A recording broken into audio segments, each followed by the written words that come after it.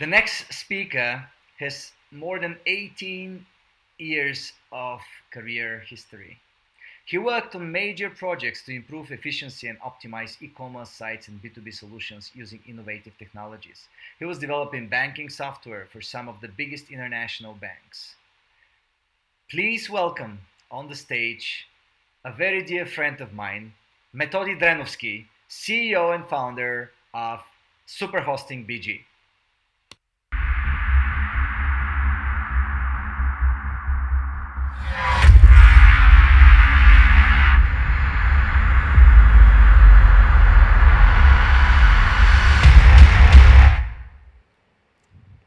Hello, everybody.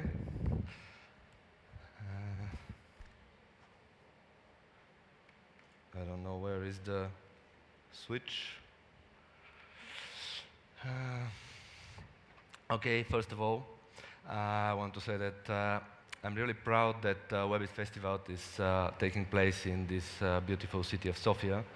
Sofia is the city where I'm born and the city where I live now. And it is really great, and I want to thank Spamen and all the Webit Festival team to make this great event happen.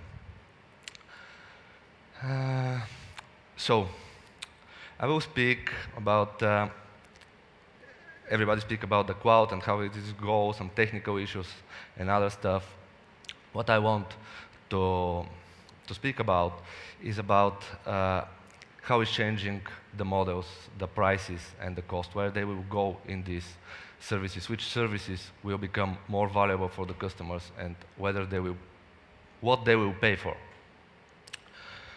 So it will not be about how to get free internet or where to get a free lunch. But if you think free, there is also another meaning, especially in the English language. It can be free as a freedom. That is something that is quite correlated with the price that we pay for using a particular services. We all know the paradigm that if it is free, you are not the customer, you are the product.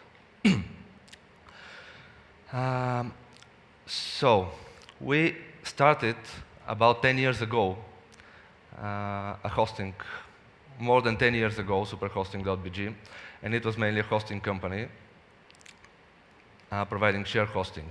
It was not even virtual private servers, share hosting and some domains. Sorry. About 3 months after we start, a guy from a big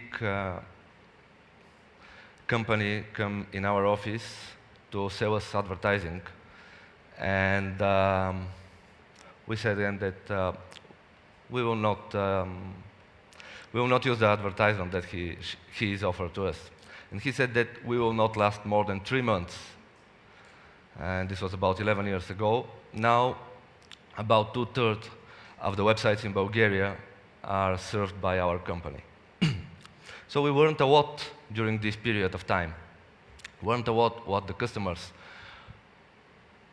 are using, what they are paying, what they want, what they are willing to pay for, and how the transformation is affecting all this process. And what we think is that there are several reasons that the prices will not go quite down. They will be adjusted, but they will not go down. It will be a change in the cost structure, mainly because wherever you go to a VC or any kind of investor, they ask you about your business model. And the question, when you are asked about your business question, it is really a question how you will make money. And there is no VC that will come and tell you, okay, that's great, you have a great idea that everything will be free. I give you 100 million just to be okay the next 15 years. So, 10 years ago, the companies buy the clients, most of the clients are companies, were buying megabytes of hard disk and gigabytes of traffic. This is what they're buying. And as we build the company, we come from the internet, from the IT industry, and we were thinking that it is so easy and obvious when you have a good hardware with a good infrastructure just to put your code there and it will run. Well, it was so not true from the outside world. The people think that they buy megabytes of hard disk and gigabytes of traffic, put their code, the clients come, and the gigabytes are consumed, and everything is okay. But they didn't know how to manage all this. They didn't know how to put, where to put, whatever they want to serve to their customers. During this period, one of the things that happened is that the internet tripled. The internet penetration tripled. Now everybody is talking that we are always connected. We have internet in our pockets, we have internet and are connected anytime and anywhere, and we are always connected. And this leads to a lot of consumption of the resources that are serving these consumption, that whatever we use, apps or whatever, we have also assistant like a background app refresh, so he can consume while we sleep. And this goes for a lot of consumption of the resources that are needed to serve all these data and information and services that we provide to the customers. And while the Moore War says that we will have more power and more power and more power, the software is coming from the other side and is just a little bit eating this power, and the customers are coming and want to consume more and more and more. So you always need the cutting-edge technology to be able to provide the cutting-edge infrastructure for the new software that is coming out in the market. And it is not cheaper at all. But what has changed a lot is, but we observed this also in the beginning, is that the people were searching, in fact, for solution. They've searched for support. As a perspective of a hosting provider, and now also as a software as a service provider, we see that the main issue of the end customers is the support. They want the service to be working. It is very important, because good support with no service, it's not going to happen. But the service has to be good, and they need to have support. They don't want to have all these issues to handle and manage whatever solutions and the IT infrastructure they are needed. And this is, and here comes the software as a service, in fact, which pretends to help and solve a lot of the problems that especially the small businesses have. And the software as a service is really pretending to have a very big growth, expecting that most of the software as a services in the next 2 years will be a software, most of the cloud used in the next 2 years will be mostly software as a service. And the global software revenue, you see, is forecast to be about 100 billion for 2016, for 2015. But in 2020, in 2012, Gartner predict that in 2015 it will be 20 billion, and just 3 years later it is 5 times more. So it is coming more and more adopted and popular. And there are some main applications that are driving this. The main SaaS applications that are well known historically are CRM, accounting, and e-commerce.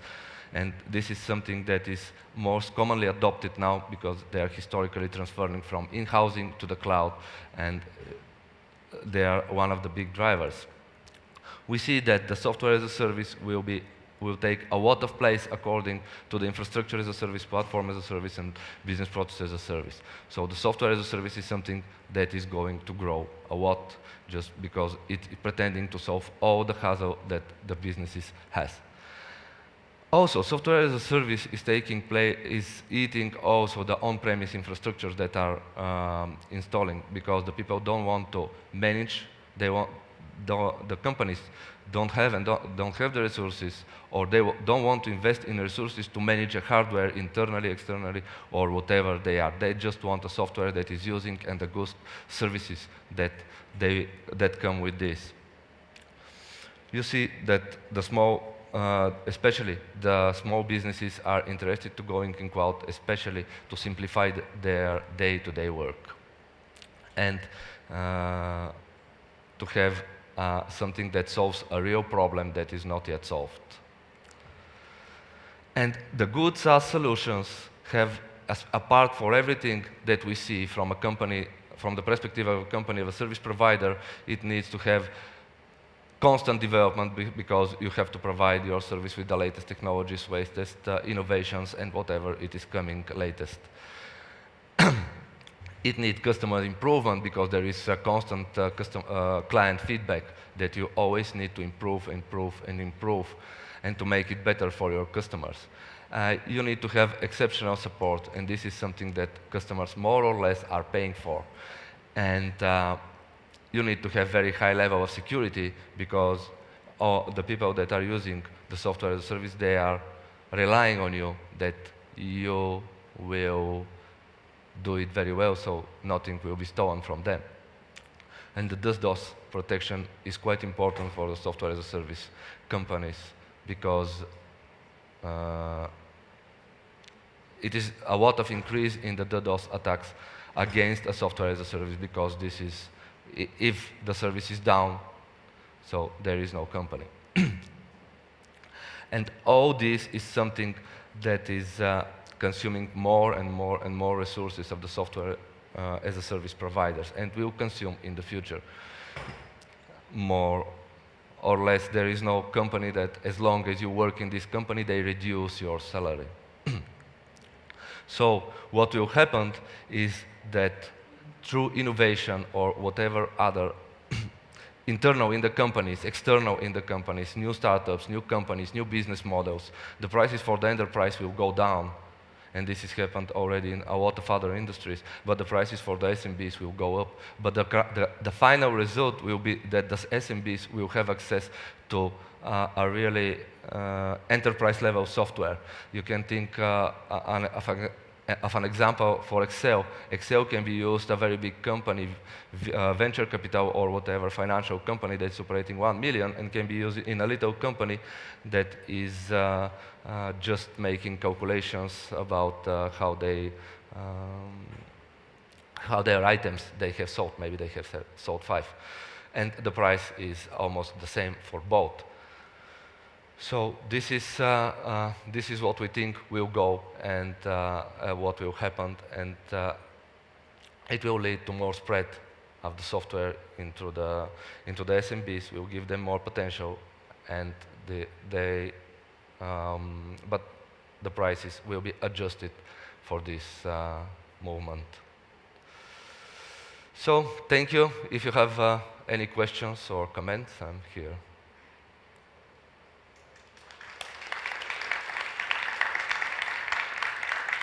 Okay, no questions.